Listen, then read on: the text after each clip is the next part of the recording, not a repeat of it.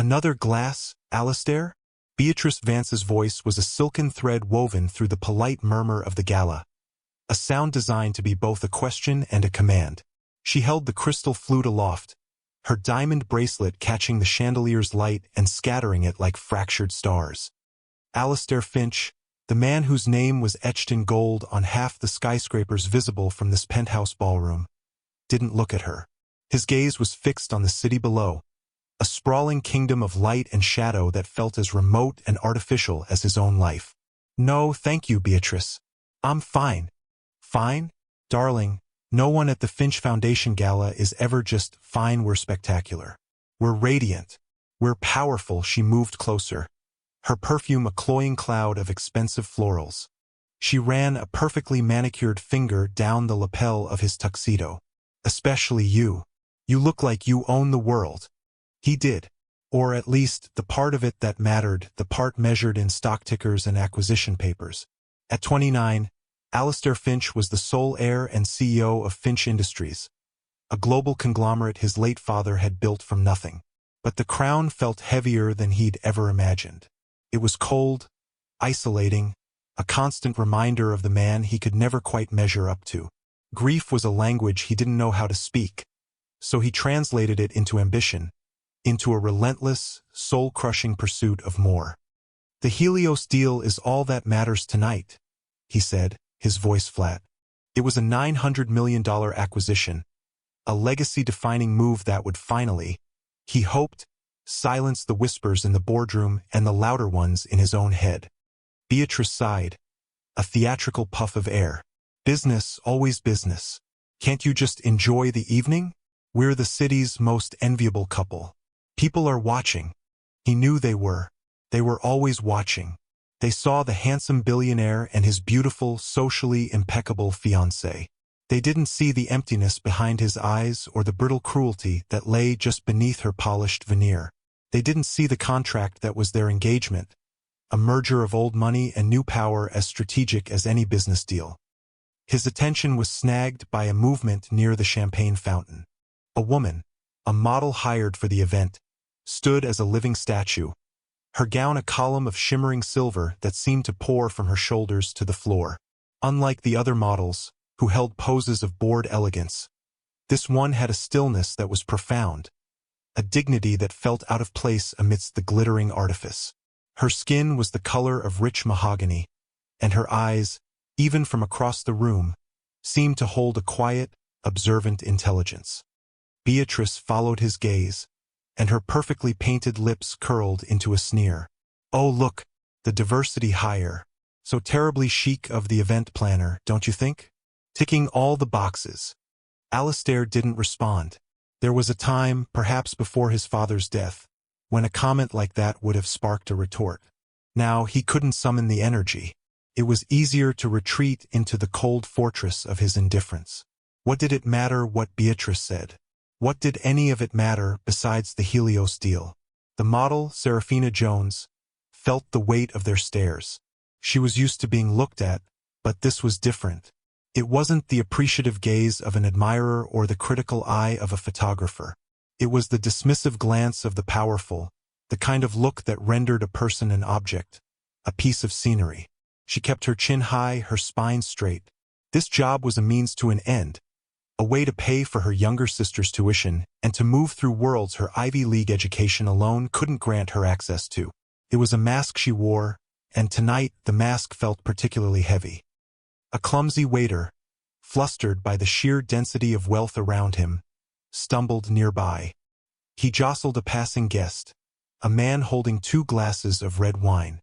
The guest lurched forward, and the dark liquid arced through the air. Time seemed to warp, the sound of the party dimming to a low hum. Serafina saw the crimson trajectory, a beautiful, terrible curve heading directly for her silver gown. With a dancer's grace, she pivoted, a subtle, swift movement. The wine missed her almost entirely, splashing onto the marble floor with a sound that was shockingly loud in the sudden pocket of silence. A few drops, however, spattered the hem of her dress like dark, accusing fingerprints. A collective gasp rippled through the nearby guests. Beatrice, however, laughed. It was not a kind laugh. It was sharp and cruel, a sound like breaking glass. "Oh dear," she purred, stepping forward. "Looks like Cinderella's dress is ruined before the ball even begins." "What a pity," she turned to Alistair, her eyes glittering with a malicious idea. "Darling, the poor thing looks so stained. Perhaps we should help her complete the look." Alistair was barely listening, his mind already drifting back to the Helios contract, to the clauses and subclauses he'd been memorizing for weeks. He was annoyed by the commotion, by the disruption to his sterile thoughts. Beatrice's words were just background noise. "Complete the look?" he repeated absently. "Yes," she said, her voice dropping to a conspiratorial whisper meant for him but loud enough for those nearby to hear. "Make it art." A statement. She picked up an untouched glass of Cabernet from a passing tray and pressed it into his hand. "Go on." For a fleeting second, Alistair hesitated. A flicker of something, conscience? Decency? Stirred in the frozen depths of his soul. He looked at the model. Her eyes met his, and in them, he saw not fear or anger, but a profound, unwavering calm. It was unsettling. It was a challenge. Who was she to look at him, Alistair Finch, with such composure after being so thoroughly insulted? His annoyance hardened into a cold spike of arrogance.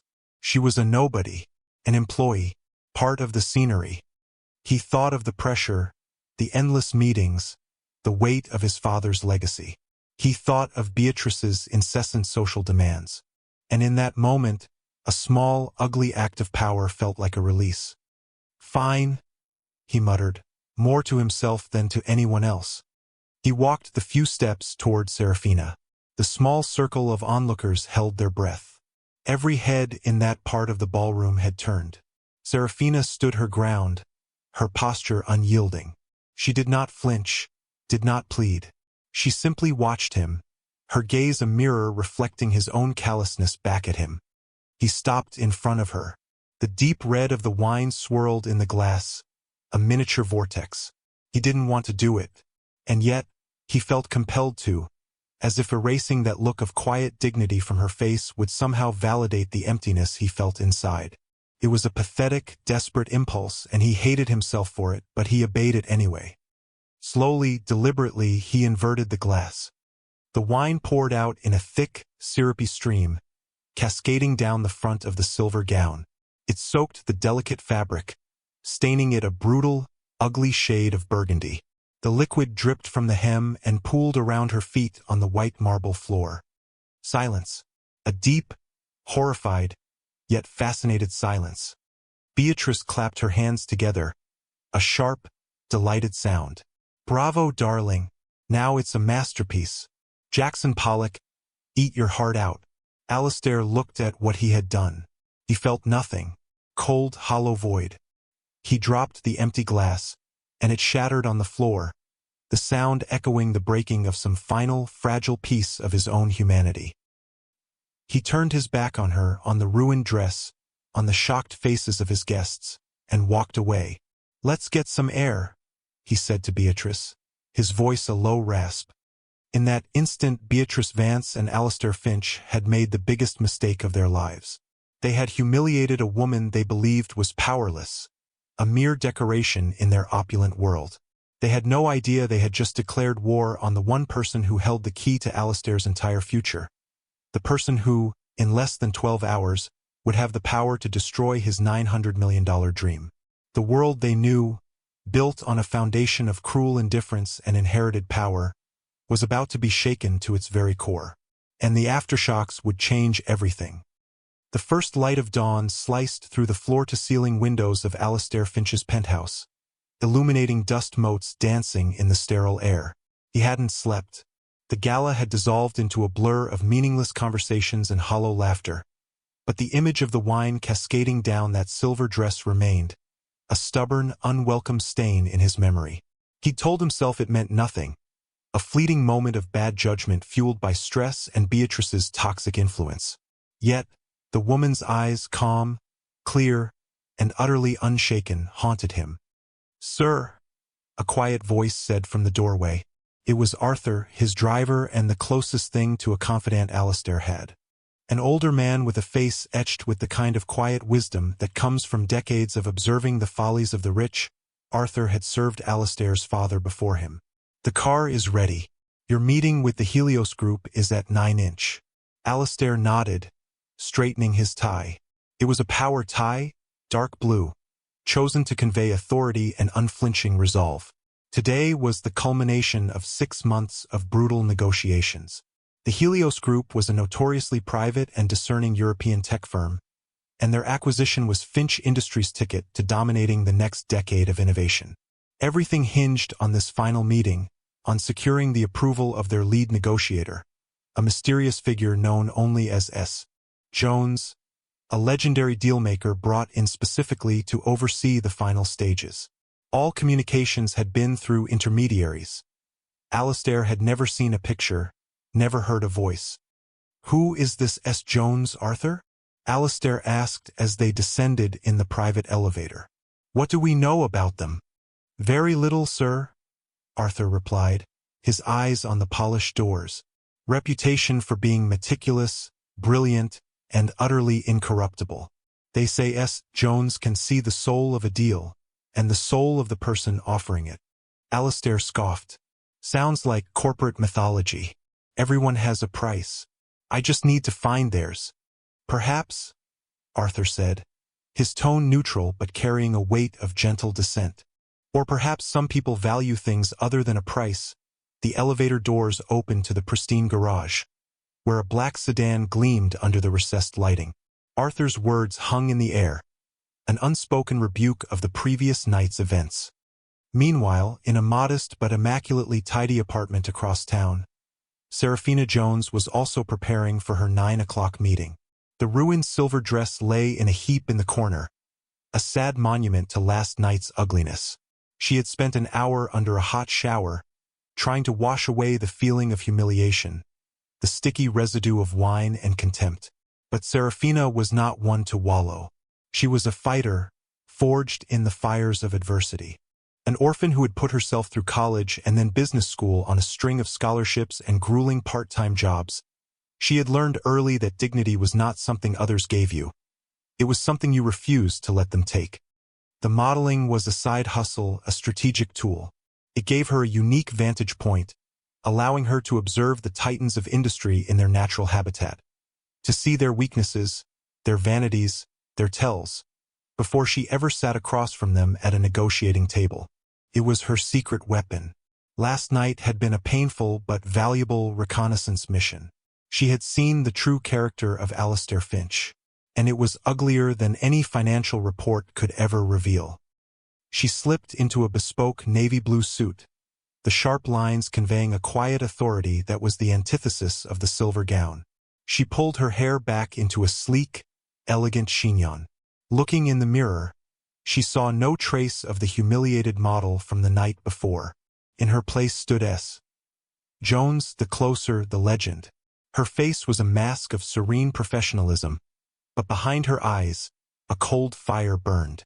She picked up her briefcase, which contained the fate of Finch Industries, and walked out the door. The game was about to begin. The Finch Industries boardroom was a cathedral of corporate power. A long mahogany table reflected the panoramic view of the city like a dark, still lake.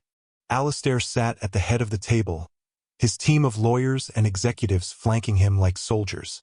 He felt a familiar surge of adrenaline. This was his territory. This was where he was king. The doors opened, and a junior executive announced, "The representatives from the Helios Group are here." A team of 3 people walked in. 2 were older European men in conservative suits. They were the background. The person in the lead was the one who commanded all the attention. It was her, the model from the gala. Alistair felt the air leave his lungs in a silent rush. The blood drained from his face. It was impossible. A trick of the light. A hallucination brought on by a sleepless night. But it was no illusion. She walked with a confidence and purpose that was utterly magnetic. The simple, elegant suit she wore seemed more powerful than any armor. She placed her briefcase on the table with a soft, definitive click. "Good morning, Mr. Finch," she said, her voice smooth and even, betraying no hint of recognition, no echo of last night's humiliation. "I am Serafina Jones. I'll be leading the final negotiations for the Helios Group." The name, S. Jones, slammed into Alistair's mind like a physical blow. A wave of nausea rolled through him. He looked at her, truly looked at her for the first time.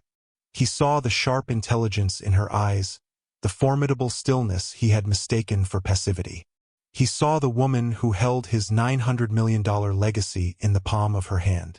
The woman whose dress he had destroyed out of petty arrogance less than 12 hours ago. His entire team turned to him, expecting him to speak, to greet her, to take control. But he couldn't form a word. His throat was tight, his mind a maelstrom of panic and disbelief. The power tie felt like a noose. The boardroom, his kingdom, suddenly felt like a cage, and he was the one on display. Serafina's gaze swept over him, cool and appraising. "Shall we begin?" she asked, her voice cutting through the stunned silence. The world had just been turned upside down. The powerless model was now the most powerful person in the room.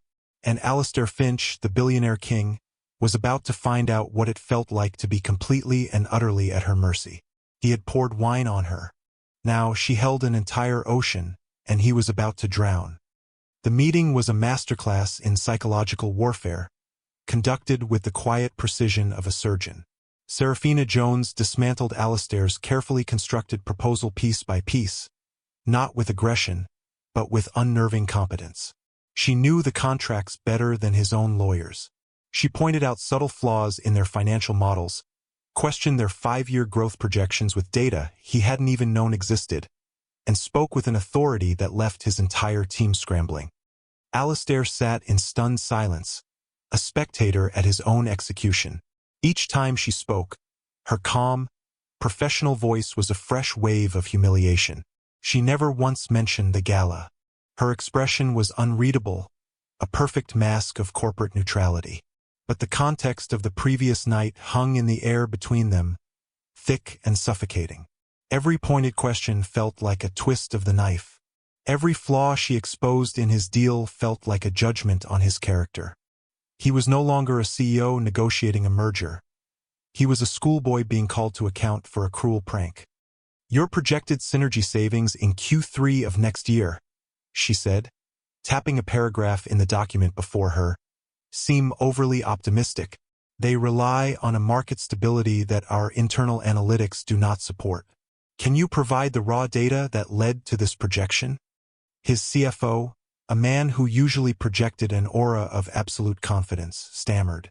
"Well, our models are proprietary, but they are based on established. So you cannot provide the data," Serafina concluded, making a neat note on her copy. She didn't look up, but Alistair felt her judgment like a physical weight. The message was clear: your foundations are weak. After 2 grueling hours, she closed her folder. "This has been illuminating, Mr. Finch. The Helios board has significant concerns. We will require a complete reassessment of your valuation and a revised proposal addressing the points I've raised. You have 48 hours," she stood, her team rising with her. "We will be in touch." And just like that, she was gone. The boardroom doors closed, leaving behind a silence thick with failure. Alistair's team looked at him, their faces a mixture of confusion and fear. He had lost control. The deal he had considered a certainty was now hanging by a thread, and the person holding the scissors was the woman he had treated like dirt. He spent the rest of the day in a fugue state, barking orders at his team to fix it. But his mind wasn't on the numbers. It was on her. Who was she? How could a model who worked society parties also be a legendary dealmaker? The two identities seemed impossible to reconcile. Driven by a desperate need to understand, he did something he hadn't done in years. He made a call not to his head of security, but to a discreet private investigator. "I need everything you can find on a Serafina Jones," he said, his voice low. "Everything." That evening, Beatrice called, her voice bubbling with excitement. "Darling, I have the most wonderful news. I managed to get us an invitation to the Civic Benefactors Ball tomorrow night. It's the most exclusive event of the season. I've already arranged for a reporter from Society Ledger to do a feature on us. The perfect power couple. Alistair felt a wave of revulsion. The world of galas and photographers suddenly seemed grotesque, a shallow pantomime of a life he no longer understood. Beatrice, I'm busy. The Helios deal has hit a snag. Oh, don't be such a bore, she huffed. It will all work out. It always does for us. Besides, we need to maintain appearances. Especially now. There was a new, harder edge to her voice. I heard a rumor that the lead negotiator is a woman. You need to show everyone that you're not being pushed around, that you're still in charge. He hung up, the phone feeling cold in his hand. He was being pushed around. He was being systematically dismantled, and he had no idea how to fight back. The investigator's initial report arrived in a sealed digital file late that night. Alistair opened it with trembling hands. The information inside was sparse, almost surgically clean, but what was there painted a staggering picture. Serafina Jones, summa cum laude, economics, Harvard. MBA, Stanford. A ghost in the corporate world, working as an independent consultant for the world's most powerful entities. Her name was never on the letterhead, but her fingerprints were on some of the largest and most complex mergers of the last 5 years. The modeling was listed as a hobby. It was a cover.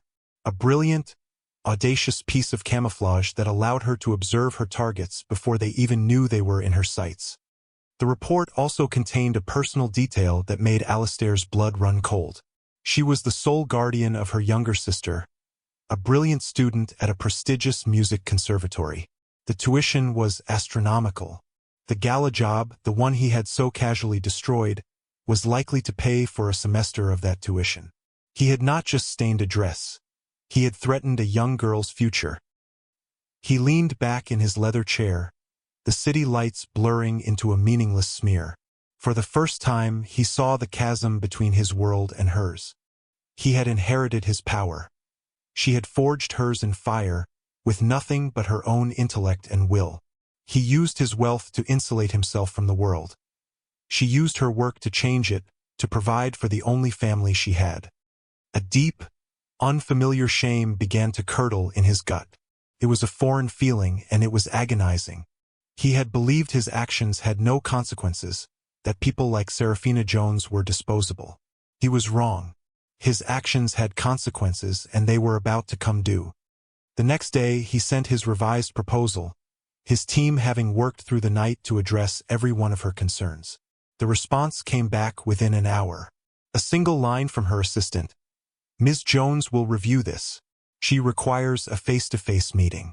Tomorrow, 10 a.m. not at your office. At this address. The address wasn't a corporate tower. It was in a quiet, residential neighborhood, a place where real people lived. As he handed the address to Arthur, the older man glanced at it and then met Alistair's eyes in the rearview mirror. An interesting choice of venue, sir, Arthur said. She's playing a game, Arthur, Alistair muttered, staring out the window. Or perhaps, sir, Arthur replied softly. She is simply showing you a world you have forgotten exists. The thought was unsettling, but Alistair couldn't shake the feeling that Arthur was right. He was being pulled out of his sterile penthouse and into the real world, and he was terrified of what he would find there, and what it would reveal about him. The investigation was no longer just about Serafina Jones. It was about himself, and he was beginning to suspect he wouldn't like what he discovered. The 48 hours Serafina had given him were a descent into a private hell. Alistair barely slept, fueled by black coffee and a gnawing anxiety that was entirely new to him. He was a man accustomed to control, to bending the world to his will through sheer financial force. Now he was adrift. He had handed over the revised proposal, a document fortified with frantic, last-minute work from his best analysts, and had received only that cryptic summons in return. A meeting at an address he didn't recognize, far from the gleaming towers of the financial district. He arrived 10 minutes early, a habit drilled into him by his father. The building was a handsome, pre-war brownstone on a tree-lined street, a world away from the cold glass and steel he called home. He felt conspicuous and out of place in his $1,000 suit. He buzzed the apartment number, and her voice, calm and clear through the intercom, instructed him to come up. The apartment was on the 3rd floor. It was small but filled with light. Bookshelves overflowed with texts on economics, history, and art. A cello case leaned against one wall, and the quiet, focused energy of the space felt like a direct reflection of its owner. It was a home, not a showroom. Serafina was waiting for him, not in a power suit, but in simple black trousers and a soft cashmere sweater. She gestured for him to sit on a modest sofa. There was no boardroom table between them now, no army of lawyers. Just the two of them, the silence broken only by the ticking of a clock on the mantelpiece. "Thank you for coming, Mr. Finch," she began, her tone professional but lacking the icy edge from their first meeting. "Alistair," he corrected, the word feeling clumsy in his mouth. "Please, call me Alistair." She gave a slight, almost imperceptible nod. "Alistair, I've reviewed your revised proposal. It's adequate. You've addressed the technical concerns." She paused, her gaze direct and unwavering. "But the Helios Group does not just invest in numbers. We invest in people, in leadership. And frankly, your leadership is what concerns us most." His pride, raw and wounded, bristled. "My company is one of the most successful in the world." "Your father's company was," she corrected him gently. "You inherited an empire, Alistair. What have you built? What do you stand for?" The incident at the gala, that was not the action of a leader. It was the act of a bored child, a bully. Each word was a precise, painful cut. He had no defense because she was right. For the first time in his adult life, Alistair Finch had no clever retort, no wall of money to hide behind. He was exposed. I am sorry," he said, the apology feeling inadequate, pathetic. "For my behavior, for the dress. There was no excuse." "No, there wasn't," she agreed, her expression unyielding. "Do you have any idea why I take jobs like that? Why a consultant who commands my fees would spend an evening standing as a statue for a roomful of people who see her as furniture?" He shook his head, genuinely wanting to know. "Because it's a reminder," she said, her voice dropping slightly. "A reminder of where I came from, and a reminder of the arrogance and blindness of the people I often have to negotiate with. People like you. You see a model in a silver dress. You don't see the person inside it. You don't see their history, their struggles, their dreams. You saw an object, and you defaced it for your own amusement." She stood up and walked to the window, looking out at the street below. "My parents died when I was 16. I raised my younger sister, Maya, by myself. I worked 3 jobs to put myself through school, and then I did it all over again to put her through the conservatory. She is a brilliant cellist. Her talent is the most beautiful thing I have ever known. That job at your gala was going to pay for her new cello bow. A small thing to you, a world to her." The story settled in the space between them, heavy and irrefutable. Alistair felt the full weight of his casual cruelty. It wasn't just about a dress anymore. It was about a cello bow, a sister's dream, a life of struggle he couldn't possibly comprehend. He saw a flash of his own past, the lonely, cavernous house after his father died, the hollow condolences from business associates who were already circling like vultures. He had felt alone, but he had never been truly in need. He had never had to fight for anything that truly mattered. "I didn't know," he whispered. "Of course you didn't," she said, turning back to him. Her eyes were not angry, but they were filled with a profound sadness that was somehow worse. "You never looked. The deal, Alistair, is not just about money. Helios is a company built on a principle of ethical innovation. We want to partner with a company that shares those values. Right now, Finch Industries reflects only you. And what I saw the other night was a man who is careless, cruel, and empty."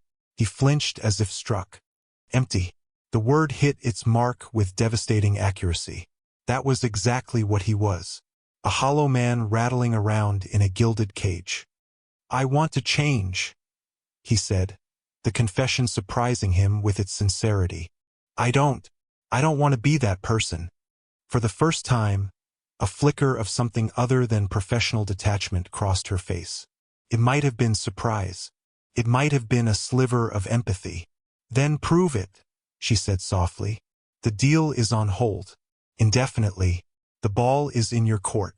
Show the Helios board that Finch Industries is more than just its bottom line. Show me that its CEO is more than a spoiled heir. This was the true test. Not revising a proposal, but revising himself. It was a challenge he had no idea how to meet. He left her apartment feeling stripped bare. The world looked different. The city he had always seen as a chessboard of assets and opportunities now seemed filled with millions of individual stories. Millions of lives as complex and important as Serafina's. His phone buzzed. It was Beatrice. Alistair, where are you? We have the fitting for the ball tonight. And the reporter from Society Ledger just confirmed she'll be shadowing us. Isn't it thrilling? The thought of the ball, of the flashbulbs and fake smiles, made him feel sick. He saw Beatrice in a new, horrifying light. Her casual cruelty wasn't just a personality flaw. It was a symptom of the same disease that afflicted him, the disease of unearned power and profound disconnection from humanity. He made a decision, a small one, but it felt monumental. I'm not going, Beatrice. What? Don't be ridiculous. Of course you're going. It's important for our image. No, he said, his voice firm. I have something more important to do. He hung up before she could argue. He turned to Arthur, who had been waiting patiently in the car. Arthur, Alistair said, cancel all my appointments for the rest of the week, and get me our foundation's complete portfolio. I want to see every charity we support, every dollar we spend. I want to know what this company is actually doing in the world. Arthur looked at him in the rearview mirror, and for the first time in a long time he smiled. A genuine, warm smile. Right away, Mr. Finch. Alistair knew this was only the beginning. He had to do more than just review files. He had to take action. He had to prove to Serafina, and more importantly to himself, that he was capable of being a better man. But as he drove away from her quiet street, he felt a flicker of something he hadn't felt in years. Not power, not ambition, but purpose. And it was both terrifying and exhilarating. The trust between them was not yet built, but the first fragile foundation had been laid. The next few days were a blur of frantic activity for Alistair. He dove into the Finch Foundation's records with the same obsessive energy he usually reserved for hostile takeovers. What he found horrified him. The foundation, his mother's legacy, had become a slush fund for Beatrice's pet projects and a tool for corporate lobbying. It funded self-congratulatory galas and organizations run by the spouses of board members. It was a hollow shell, a monument to tax write-offs and social climbing, not genuine philanthropy. The discovery felt like another layer of his own ignorance being peeled away, revealing a core of rot he hadn't known was there. He started making calls, scheduling meetings with the heads of the small, underfunded charities the foundation had given token amounts to over the years. He visited a soup kitchen, a youth center, a legal aid clinic. He didn't announce himself as Alistair Finch, CEO. He just showed up, introduced himself as a volunteer, and listened. He heard stories of struggle, resilience, and hope that made his own problems seem laughably insignificant. The world Serafina had spoken of, the real world, was opening up to him, and it was raw and painful and beautiful. Meanwhile, Beatrice was growing increasingly furious. Her calls became more demanding, her texts laced with threats about the damage his absence was causing to their brand. She couldn't comprehend his sudden change in behavior. She saw it as a weakness, a bizarre and temporary breakdown. "What is wrong with you, Alistair?" she shrieked at him over the phone. "You're hiding away, visiting filthy downtown shelters, while our entire social circle is talking. The Society Ledger piece has been postponed. Do you know how humiliating that is?" "I'm busy, Beatrice," he said, his voice calm. He was standing in the cramped office of a women's shelter, looking at a wall covered in children's drawings. Busy doing what? Playing savior to the common folk? It's pathetic. This has something to do with that negotiator, doesn't it? The black model. Did she fill your head with some sob story? The casual, venomous racism in her voice, something he had once ignored, now struck him with the force of a physical blow. Her name is Serafina Jones, he said, his voice cold. And you will not speak about her that way. He ended the call, his hand shaking with a rage he hadn't known he possessed. It wasn't just anger at Beatrice. It was anger at himself for tolerating it for so long. He had been complicit in her cruelty through his silence. He knew he needed to see Serafina again, not to talk about the deal, but to understand more. He found the name of the conservatory her sister attended and saw they were having a student recital that evening. On a reckless impulse, he decided to go. He didn't buy a ticket for a prime seat. He stood in the back, hidden in the shadows, feeling like an intruder. When Maya Jones walked onto the stage, cello in hand, Alistair felt his breath catch. She was young, barely 18, with the same quiet intensity as her sister. And when she began to play, the music that filled the hall was transcendent. It was a sound so full of sorrow and joy, of struggle and triumph, that it bypassed the mind and went straight to the heart. It was the sound of everything Serafina had fought for. In the audience, near the front, he saw her. She was watching her sister with an expression of such fierce, unconditional love that it made his own chest ache with a sense of profound loss. After the recital, he waited outside. When Serafina emerged, her face glowing with pride, she stopped short when she saw him. "What are you doing here?" she asked, her voice wary. I heard the music," he said, fumbling for words. "Your sister. She's incredible." Serafina's defensive posture softened slightly. "Yes, she is. I understand now," he said, his voice earnest. "What you're fighting for is not just about business, is it? It's about protecting that. Protecting her." They stood in silence for a moment on the cold pavement, the sounds of the city swirling around them. "My father was a builder," Alistair found himself saying, the words coming from a place he had long kept locked away. He loved creating things. He started with nothing. After he died, I thought the only way to honor him was to get bigger, to acquire more. I turned building into conquering. I think I forgot what he was really about. It was about making something good, something that lasts. It was the most honest thing he had said to anyone in years. Serafina studied his face, her gaze searching. "Forgetting is easy when you live in a tower overlooking the world," she said. "Remembering, that takes work. It takes humility." An idea, bold and terrifying, began to form in his mind.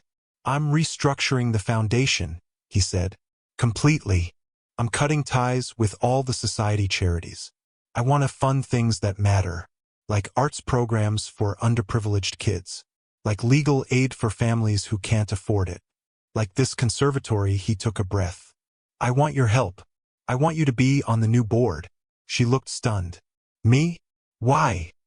"Because you know what's real," he said simply. "Because you have a moral compass that I seem to have lost. You would keep us honest." Before she could answer, a sleek black car pulled up to the curb.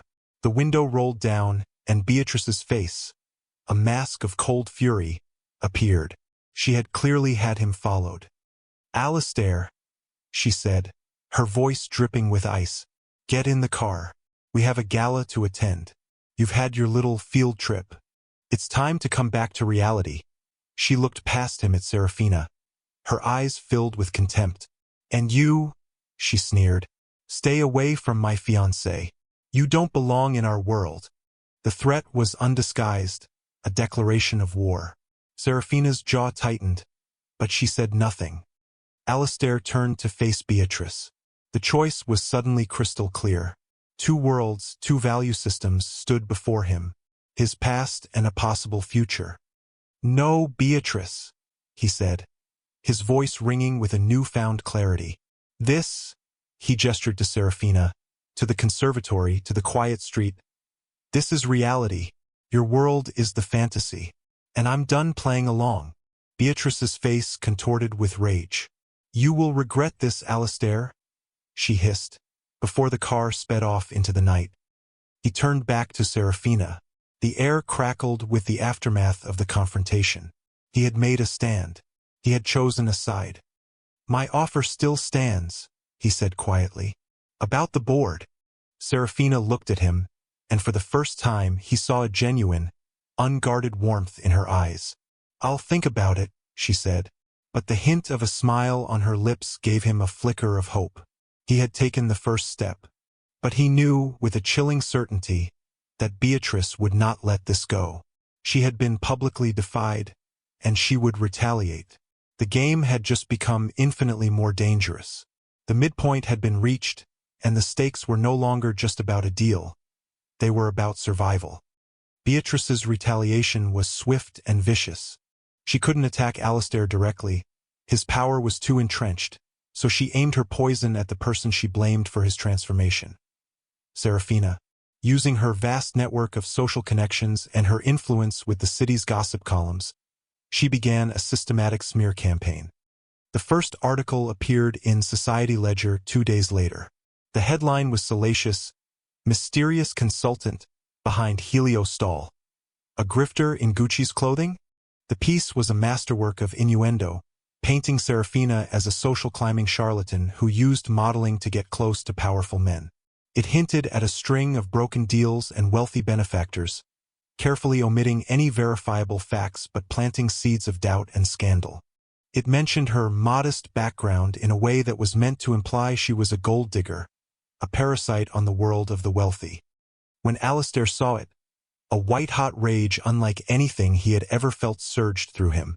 He called his lawyers, his PR team, demanding they kill the story, sue the paper, do something. But the damage was already done. The story was spreading like wildfire through the circles that mattered to Finch Industries' board and investors. He drove to Serafina's apartment immediately, the offending tabloid crumpled in his fist. He found her sitting at her kitchen table, staring at the article on her laptop, her face pale but her expression resolute. "I am so sorry, Serafina," he began, his voice choked with fury. "This is my fault. This is Beatrice." She looked up at him, and he was struck again by her incredible strength. There was no panic in her eyes, only a weary determination. "I expected it," she said quietly. "This is how people like her fight. They don't use logic or reason. They use shame and lies as weapons. I'll fix this," he vowed. "I will destroy her for this." "No," Serafina said, her voice firm. "If you retaliate with the same tactics, you become her. You prove her right. The only way to fight this is with the truth." She closed the laptop. "But it will get worse before it gets better. She's just getting started." Serafina was right. The next day, an anonymous source leaked a fabricated report to a financial blog, claiming Serafina had a history of insider trading. It was baseless, but the accusation alone was enough to spook the Helios Group's board. They called an emergency meeting, and the deal, which had been on hold, was now in serious jeopardy of collapsing entirely. The pressure on Alistair was immense. His own board of directors, already unnerved by the stalled deal, was now panicking. They urged him to distance himself from Serafina, to cut his losses and appease Beatrice. "Alistair, this is a disaster," his lead counsel, a man named Henderson, told him in an urgent meeting. "Your personal association with Ms. Jones is now a direct threat to the company. The board is demanding you issue a statement clarifying your relationship and severing all professional ties." "Never," Alistair said, his voice low and dangerous. "We're going to fight this." "How?" "Her reputation is in tatters, and yours is being dragged down with it." It was in that moment that Alistair made the choice Serafina had challenged him to make. It was no longer enough to change himself in private. He had to make a public stand, regardless of the consequences. He had to risk his company, his reputation, his entire inheritance, for what he now knew was right. He walked out of the meeting, leaving his stunned legal team behind, and went straight to his father's old office, a room he had barely used, finding it too full of ghosts. He sat behind the enormous mahogany desk and felt the weight of his father's legacy, not as a burden, but as a responsibility. He had been so obsessed with growing the empire that he had forgotten to protect its soul. He picked up the phone. His first call was not to his PR team, but to the director of the women's shelter he had visited. His second was to the head of the conservatory where Maya studied. His third was to a crusading journalist he knew, a woman who had a reputation for exposing the corruption of the city's elite. "I have a story for you," he said. "A real one." He spent the next 24 hours orchestrating his counterattack, not with smears and innuendo, but with overwhelming, undeniable truth. He worked with a forensic accounting firm to trace the flow of money from the Finch Foundation, creating an irrefutable paper trail of Beatrice's self-serving expenditures. He gathered testimonials from the legitimate charities she had defunded. He had his investigators dig into the anonymous source who had leaked the insider trading lie and found a direct financial link back to one of Beatrice's family holding companies. He was no longer just defending Serafina. He was launching a full-scale assault on the corrupt, hollow world Beatrice represented. He was using the immense resources at his disposal not for acquisition, but for justice. He called Serafina.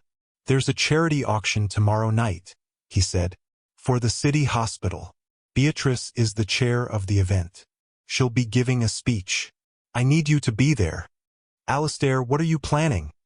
she asked, a note of concern in her voice. "I'm ending this," he said, "the right way, but I can't do it without you. I need you by my side." He was asking for her trust, a trust he knew he hadn't fully earned.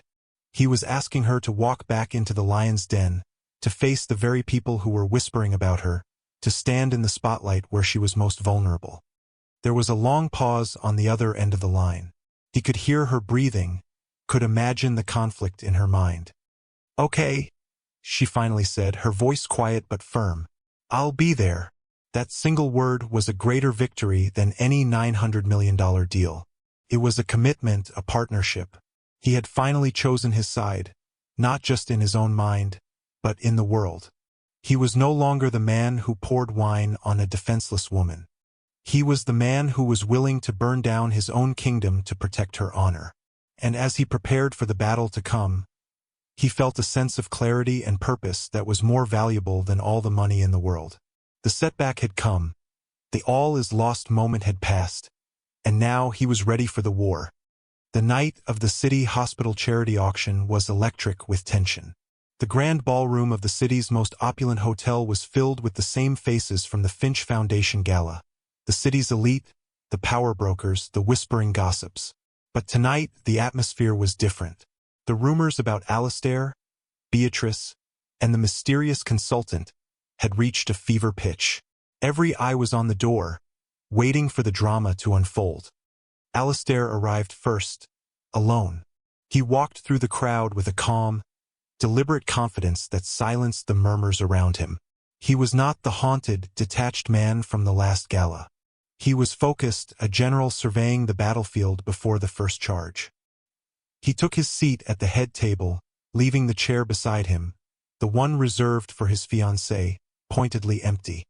Beatrice was holding court across the room, resplendent in a crimson gown, accepting compliments on the event she had organized. She shot Alistair a look of pure venom, a promise of the public humiliation she was about to inflict. She believed he was isolated, weakened, that his board was ready to oust him. She believed she had already won. Then Serafina arrived. A hush fell over the room. She was not in a silver gown meant to make her an object of fantasy, nor was she in a severe business suit meant to be her armor. She wore a simple, elegant dress of deep sapphire blue. It was a statement of self-possession. She walked with her head held high, her gaze sweeping over the crowd, acknowledging their stares without flinching. She was not hiding. She was not ashamed. Alistair stood and went to her, extending his hand. "Thank you for coming," he said, his voice loud enough for those nearby to hear. He led her to the head table and pulled out the empty chair beside him, the one meant for Beatrice.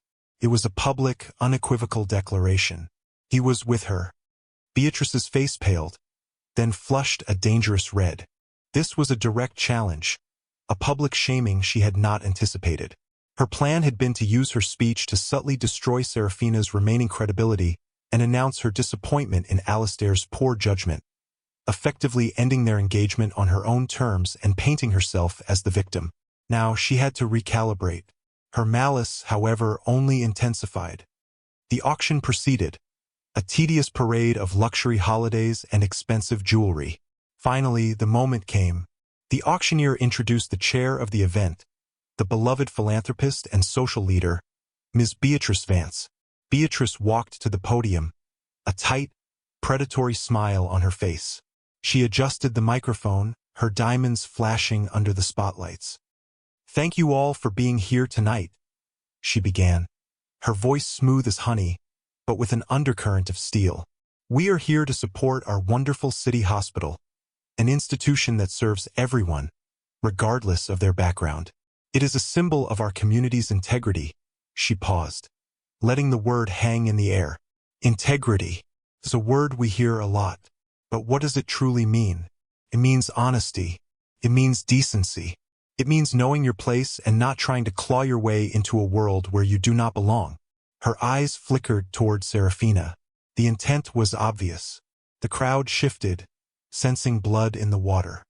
"In recent days," Beatrice continued, her voice gaining strength, "our community has been infiltrated by individuals who use deception and manipulation to get close to power. Individuals who fabricate credentials and prey on the good nature of our city's leaders to enrich themselves."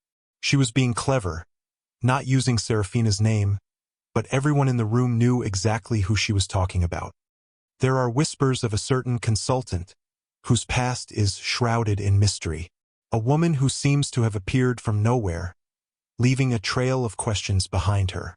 Questions about her finances, her ethics, her very identity." She leaned into the microphone. "I believe in transparency. I believe in protecting our community from grifters and frauds. And that is why I have taken it upon myself to do some digging." This was it, her all-is-lost gambit. She was about to present her fabricated evidence, to frame Serafina in front of the entire city. But before she could continue, Alistair stood up.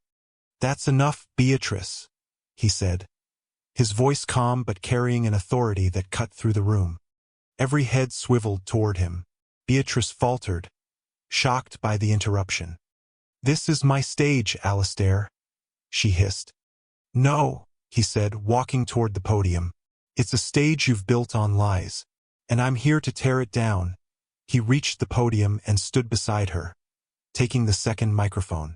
He looked out at the stunned audience. "My name is Alistair Finch," he said, his voice clear and strong. "And for a long time I have been a silent, complicit partner in the kind of cruelty and prejudice you just heard.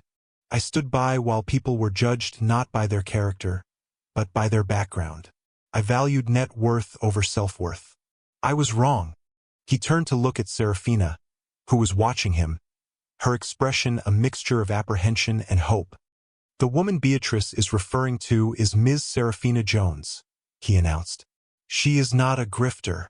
She is one of the most brilliant and honorable business minds I have ever met. The reason the Helios deal is stalled is not because of her, but because of me. Because she held up a mirror, and I did not like the man I saw." He then turned his attention back to Beatrice, his eyes like chips of ice. "Beatrice speaks of transparency. So let's be transparent." On a large screen behind the stage, which had been displaying the hospital's logo, a new image appeared. It was a complex diagram of bank transfers and shell corporations. "This," Alistair said, his voice booming through the speakers, "is the financial activity of the Finch Foundation for the past 2 years, under Beatrice's advisory leadership. Over $3 million, money intended for charity, has been funneled through shell companies into her own private accounts.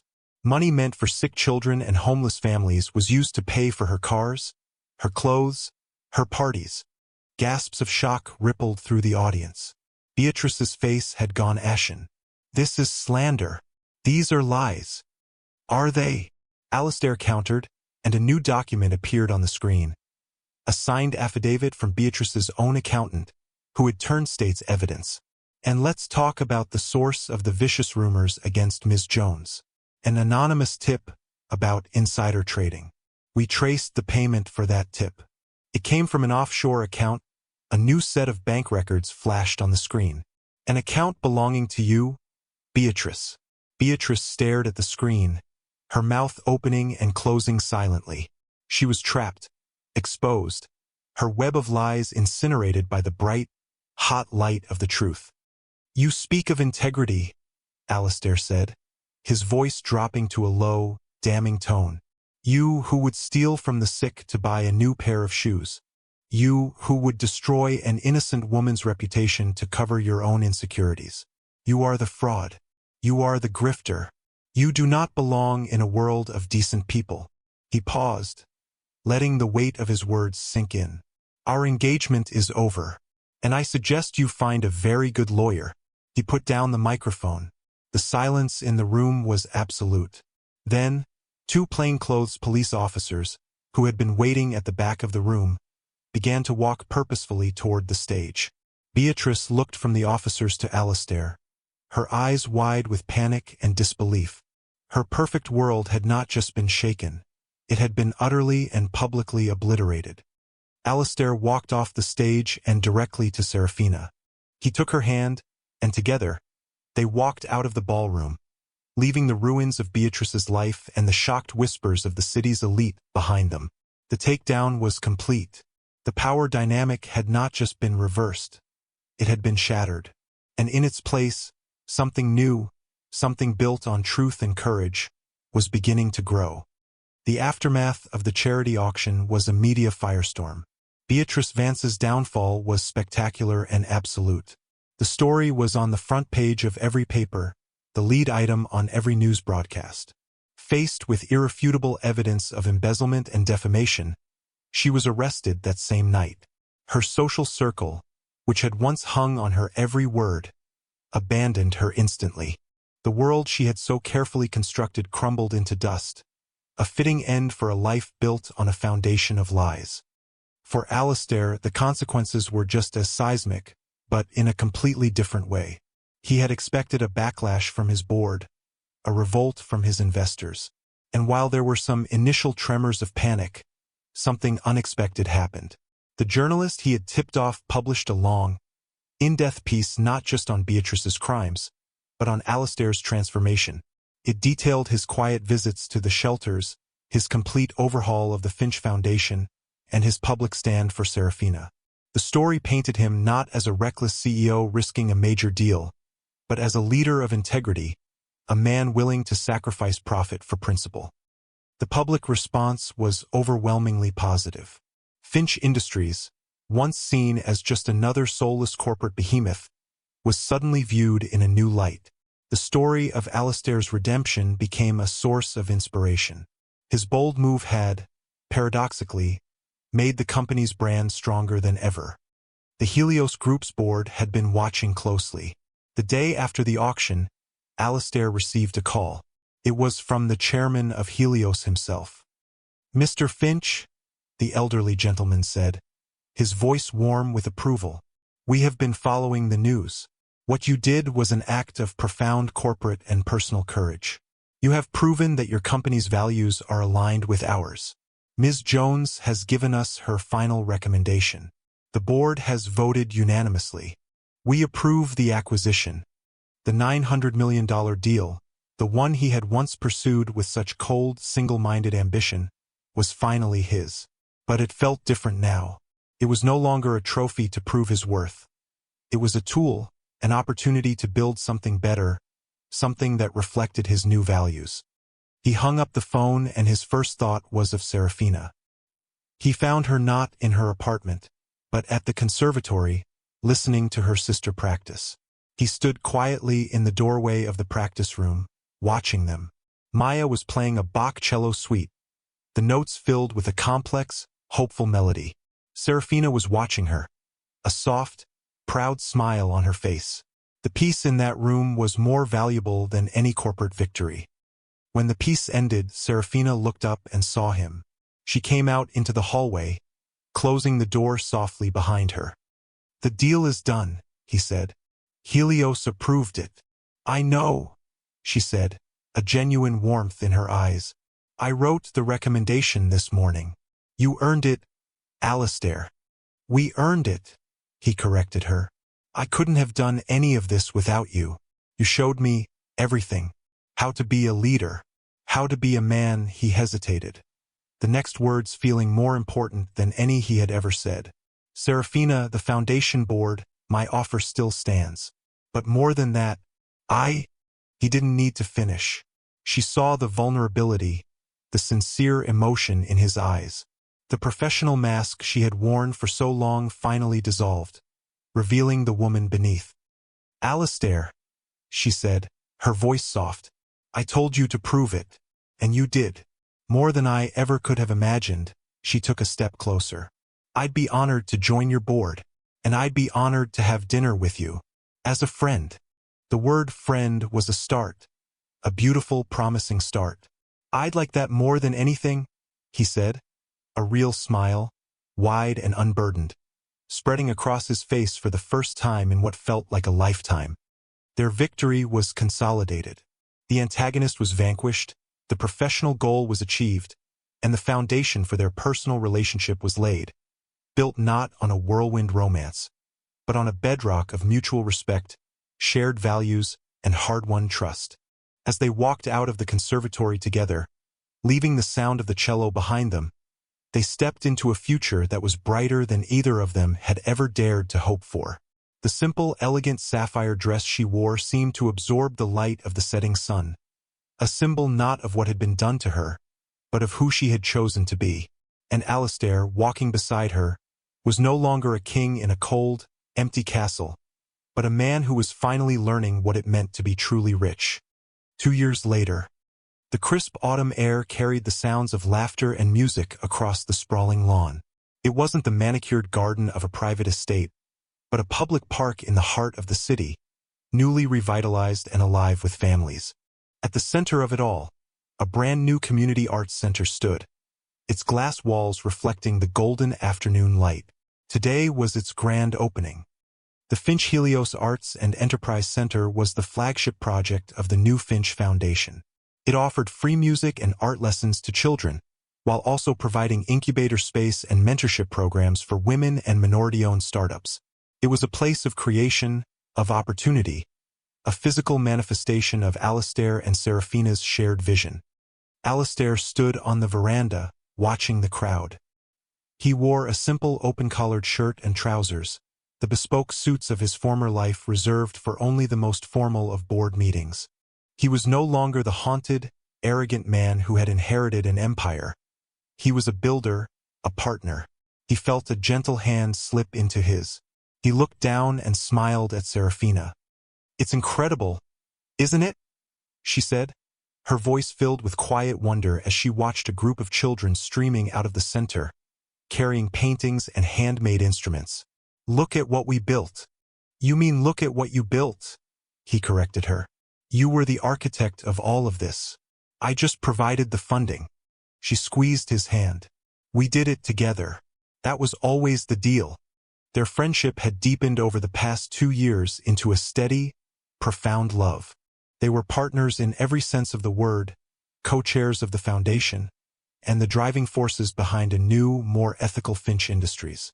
Alistair had revolutionized the company's culture, implementing fair wage policies, generous family leave, and substantial investments in community development. He had learned that a company's true value wasn't on its stock ticker, but in its impact on the world. Arthur, now happily retired but present today as a guest of honor, approached them, a beaming smile on his face. Your father would be so proud, Alistair, he said, his voice thick with emotion. This is the legacy he always wanted.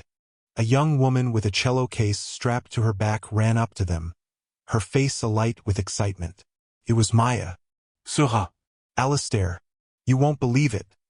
We have a waiting list for the cello program that's a mile long, and 3 of my first students just won scholarships to the city's youth orchestra. Serafina hugged her sister tightly. That's wonderful, Maya. You're changing lives here. We all are, Maya said, her gaze moving between her sister and Alistair. Later, as the sun began to set, casting long shadows across the lawn, Alistair and Serafina found a quiet bench overlooking a small pond. The wine-stained silver dress, a symbol of his lowest point, was a distant memory. He had once offered to buy her 1,000 dresses to replace it, but she had refused.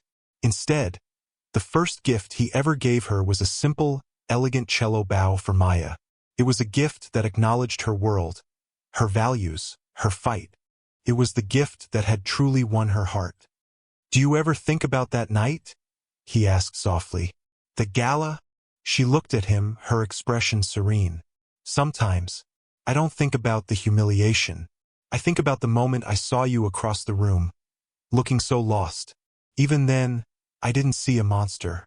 I saw a man in a cage of his own making. I'm just glad you found the key." He pulled a small, velvet box from his pocket. His heart was beating faster than it ever had during any business negotiation. "I didn't find the key," he said, his voice trembling slightly. "You were the key." He opened the box. Inside was not a large, gaudy diamond, but a simple, elegant ring with a single, perfect sapphire that matched the color of the dress she had worn the night he had chosen her. The night he had chosen a better life. "Serafina Jones," he said, his voice filled with all the love and respect he held for her. "Will you marry me? Will you be my partner in building a better world? For the rest of our lives?" Tears welled in her eyes, but she was smiling. "Yes," she whispered. "Yes, Alistair. I will." He slipped the ring onto her finger, and it fit perfectly. They were no longer the billionaire and the model, the powerful and the powerless. They were just two people who had found in each other the missing pieces of themselves. Their union was the final, triumphant merger, a consolidation of love, integrity, and shared purpose. They had faced down the ugliness of the world and had chosen to build something beautiful in its place. And their new reality, filled with music and laughter and hope, was the most valuable asset of all. What truly defines a person's worth? Is it the balance in their bank account or the integrity in their heart? Alistair Finch learned, in the most dramatic way possible, that true power lies not in what you can take, but in what you are willing to give. Serafina Jones showed him that dignity is a shield that no amount of wealth or cruelty can ever pierce. Their story reminds us that beneath the surface of our prescribed roles, the CEO, the model, the rich, the poor, lies a shared humanity, waiting to be discovered. The question is, are we brave enough to look for it?